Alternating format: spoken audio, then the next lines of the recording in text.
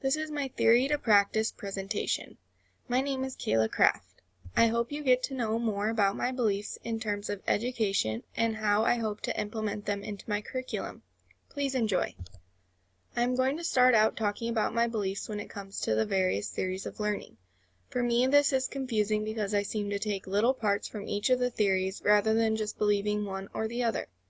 Constructivism and humanism are the main theories I find myself agreeing with the most. I believe that students learn best through experiences and by relating to their background knowledge. I also believe in the goodness of people and that there is almost always a way to solve human problems in a rational way. However, I believe in appropriate and positive negative reinforcement, which is a behaviorist view. Students learning in groups through connections is also an important aspect that comes from the constructivism perspective.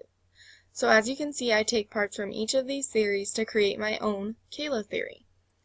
These beliefs and ideas came from my experiences with teachers through my high school career. I learned what I thought was great and also from the mistakes that I thought these teachers were making. I also have learned from the teachers in my college classes. I watched some of them teach us content without explaining how to teach this content to elementary students.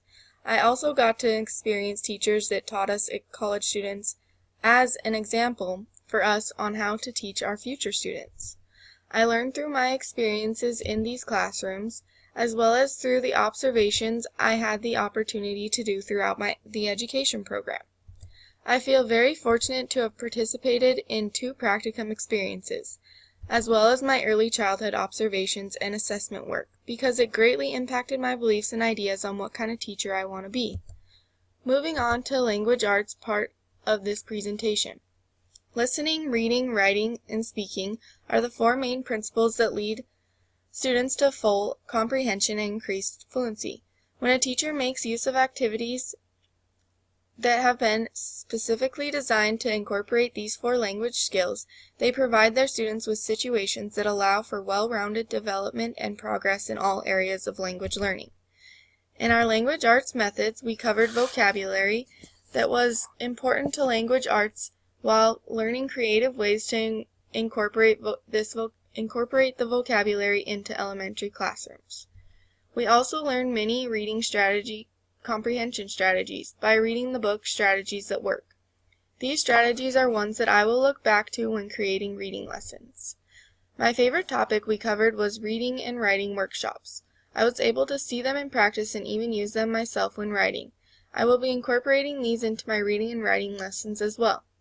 In terms of my ideal classroom, I would want the desks to be located mostly in the middle, with them all facing the projector. They will be fairly close together so that it is easy to rotate desks when transitioning into groups for group collaboration. I like the teacher's desk located at the bottom left-hand corner because the teacher can easily see the door as well as the rest of the room and all the desks. The circle rug is where I will begin our morning routine. Then there is an area in the upper right-hand corner where students can quietly read and relax. The kidney table can be used for various activities such as extra reading help or individual small group work. It is important to integrate ELA in all content areas as often as possible. Students can read and write about concepts they are learning in math, science, and social studies. By integrating the language arts for classroom instruction, we put children in situations that match the way in which they naturally learn and use language. Also, by integrating the language arts, children and young adults develop better critical thinking abilities. This is especially true when reading and writing are taught together. The ultimate goal of technology integration is to completely redefine how we teach and learn and to do things that we never could before the technology was in our hands.